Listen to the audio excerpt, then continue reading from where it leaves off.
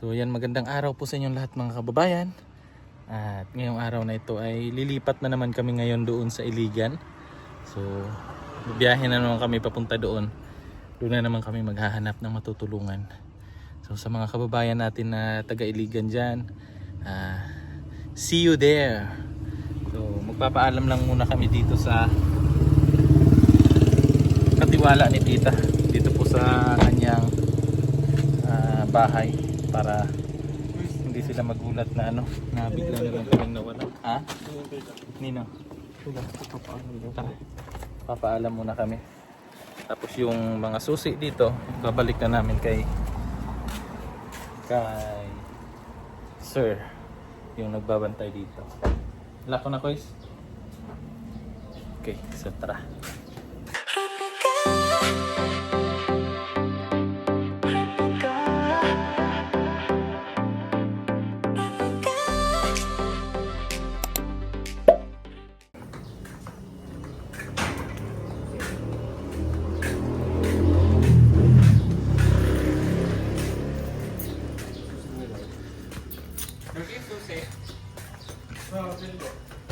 Ay. Ano ko na?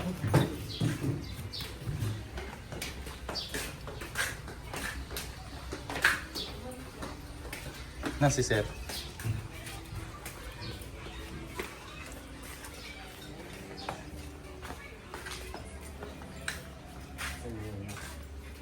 Dito si sir. Dito? Ha? Yan. Yan dyan, oh. Sir? Sir? Ayo. Sir? Wala mo yata siya. Wala mo yata siya.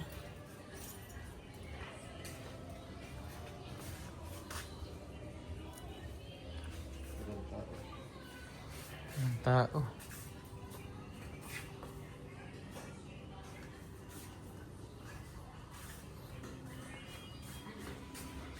Yun kaya natin iwan yung susi, no? Waro ang si sir. Hello po, tita. Good morning. Good morning, tita. Iligan, karon. Na ay nag-visit sa mo ba? Na oo. Yeah. Wala na ay nami tabangan ko dito.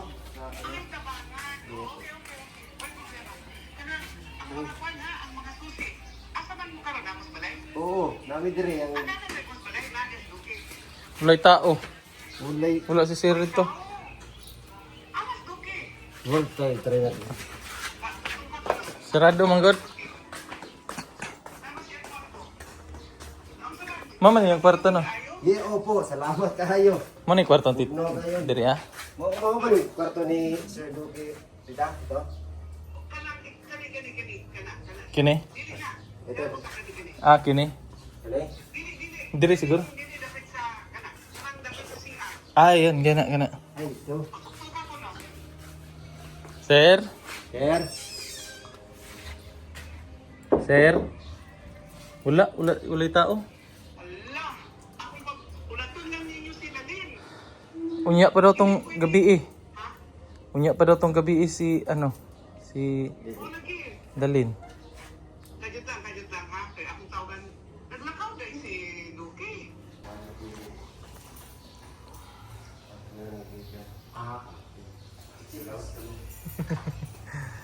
Thank you po.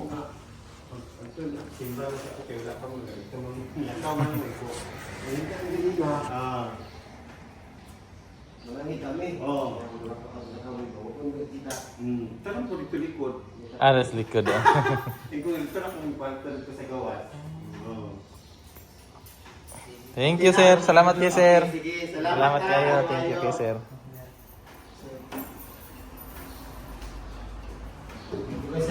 Ah.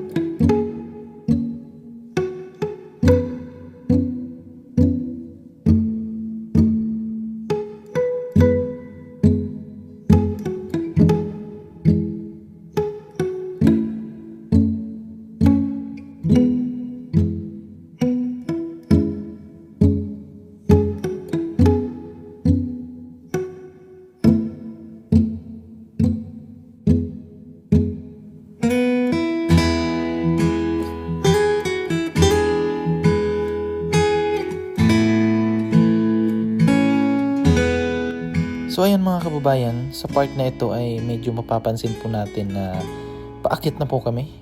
So yung mga paligid dito ay medyo mapuno na po. Kasi nasa gitna na po tayo ng kabundukan.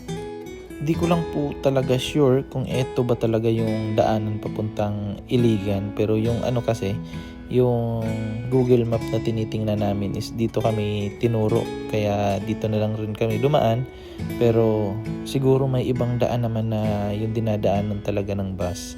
Pero mas okay na rin ng ganito kasi para makita rin natin yung sitwasyon dito sa bundok at nang baka may makita pa tayo na pwedeng matulungan, di ba? So, at least nakaikot tayo dito po sa part ng kabundukan papunta po sa Iligan. Medyo nakakatakot lang po talaga pero alam nyo naman yung PB team, wala po tayong inaatrasan kahit gaano pa po yan kahirap na daan.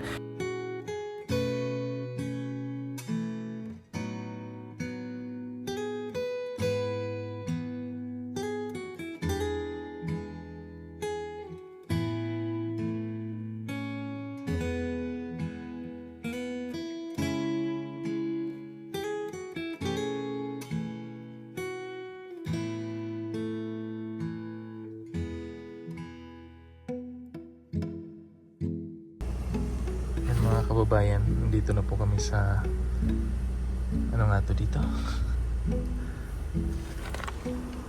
Iligan. Yan, sa Iligan na po kami. Pero hindi po talaga tong city talaga nila. Babiyahe pa siguro kami ng mga 40 minutes bago makarating doon.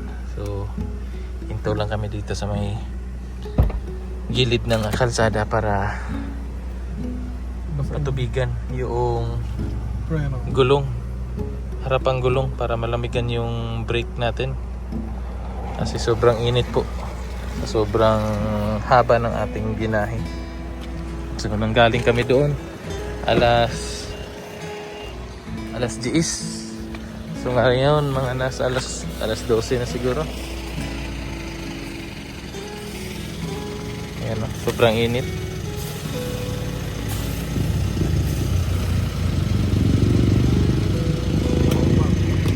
Ha? Ha? Wala na noon. Dayo nga lang tana. Ha? Napa dire?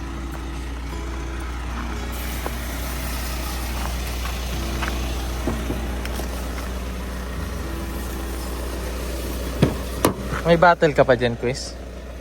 Hindi na gamit ito.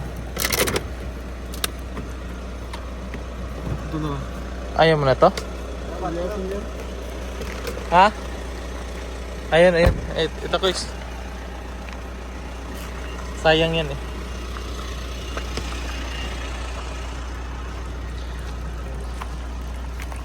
Ito rin. Kunti lang laman yan eh.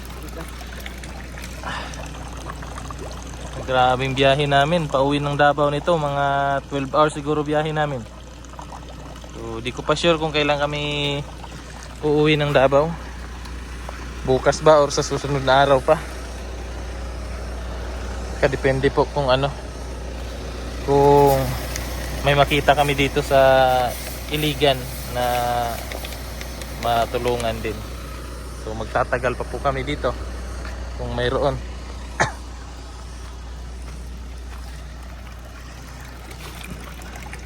Kung galing ha? Sa likod no? Yung brake namin sa likod mga kababayan parang hindi gumagana kasi pagbuhusan namin ng tubig wala man lang wala man lang kahit kunting usok. Di tulad dito na kapag ka na buhusan natin uusok siya.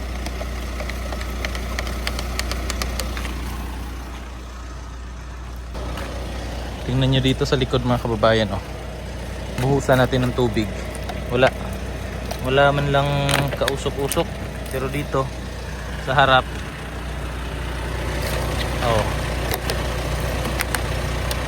naiusok siya konti kasi kanina nabuhusan ko na to pero yung dito talaga Wala talaga. Kailangan ipa-check natin yan para safe, para pantay yung paggana ng ano ba, mga preno sa harap at saka sa likod, kasi delikado.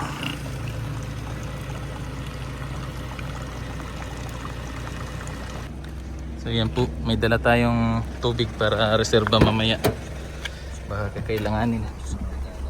Ayan, let's go. Ha? Huwag na eh.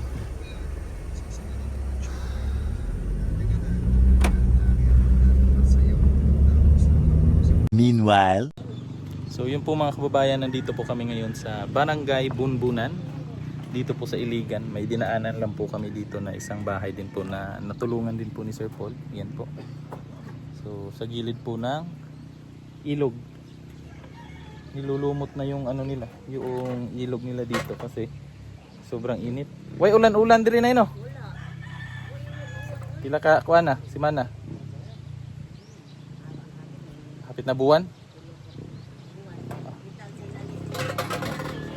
Magtatatlong ano na, magtatatlong paano?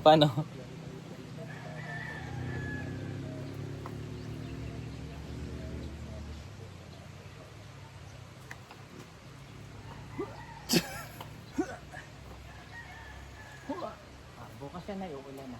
Ulan na daw na ugma nay. Pag umulan na bukas, maalala mo. Yung tulay nila dito na ano na ano ng tubig. Yan oh. Kasi sa bagyo nung ano ni Basyang, bagyong Basyang, na dala yung mga lupa sa ilalim ng tulay. Sige la, ari sa me. Thank you so much. Yan sila ano. Nauna na sila. Nadaanan namin. Yan sa tulay. Tapos ngayon, diretso na kami sa aming biyahe papuntang city dito sa Iligan. Mga bundok, oh. Mga kabundukan.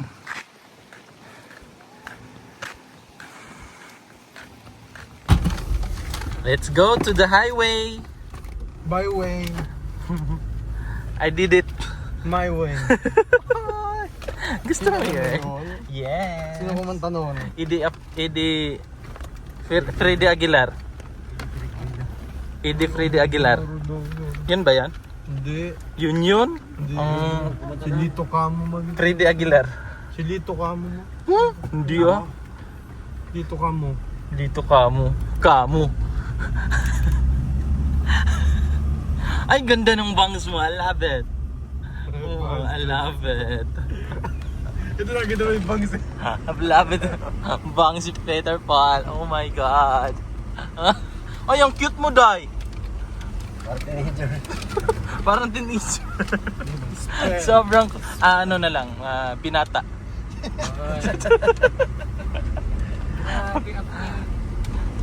After 5 years, Day. Ilo, grabe yung ano nila, oh. Ilog, ang laki, no? Ayun nga, malaki pa. Laki ba? Nung ano nga daw, bagyong Basyang. Grabe daw yung ano dyan, tubig. Kaya yung tulay nila na ano na yung ilalim eh. Basta kakagulat yan. Totoo, Basyang. Kapag ka. Umulat tas yung ilog, walang tubig. Grabe ka. O din po. Parang Cagayan din yan, Day. Oo, parang Cagayan din yan. City kasi. May alam kong city, kaibigan. 7 yun? Yeah. Bastos ka, sir.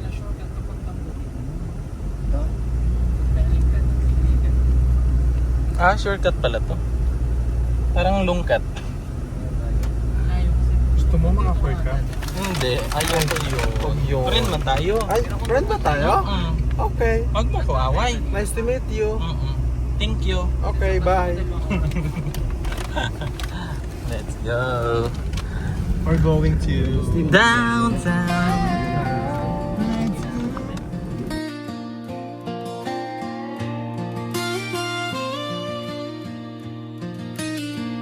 She wakes with the sunrise, coffee on the stove, bare feet on the front porch, watching the wind blow. old jeans and her flannel, and hair tied in a braid. She's got dust on her boots, but her dreams never fade. She's a country girl, wild and free, with a heart as wide as the old oak tree.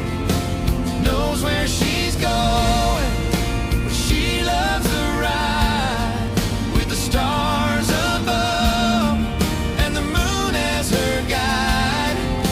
She don't need diamonds, she don't wear pearls. She's a firelight soul, a country girl. So yun po mga kababayan, at nandito na po tayo sa Iligan. At kanina po mga alas 2 yata kami dumating dito sa Iligan. So nanggaling kami ng Cagayan, 10:40 yata. So may mga dinaanan lang din kami, kaya nakarating kami dito sa Iligan ng alas 2 ng hapon. And then pagkarating namin, agad kami naghanap ng mga pwedeng matulugan. So naghanap kami ng hotel. So nakahanap na kami, mga alas 3 yata yun, or alas 4. So sina Sir Paul ando na sa room nila na tulog, nagpahinga. Tapos si Peter Paul din nandun sa kwarto namin, natulog din kasi napagod. So tayo, kakagising lang natin kasi pagdating namin dito tulog agad ako. So si Peter Paul tsaka sila, nag-cellphone pa sila, kaya ayun, hindi pa nagising. So dito po tayo ngayon sa, ano ba tong lugar na to? Hindi ko lang sure, basta malapit lang po kami dito sa may Gaisano. So maganda po yung lugar nila dito, malinis, tsaka marami pong mga kainan. So yun yung gusto natin, kasi mahabol yung yung timbang ni Kuya Mang Eli. Hindi, biro lang po mga kababayan. So ang kagandahan po dito sa lugar na inistayhan po namin, or dito sa hotel na to, ay di po kami mahihirapan na humanap po ng makakainan. Kasi pagkababa namin, may mga restaurant na po. Tapos kapag gusto naman namin ng kape, meron din po doon. So pakita ko lang sa inyo yung tapat din namin.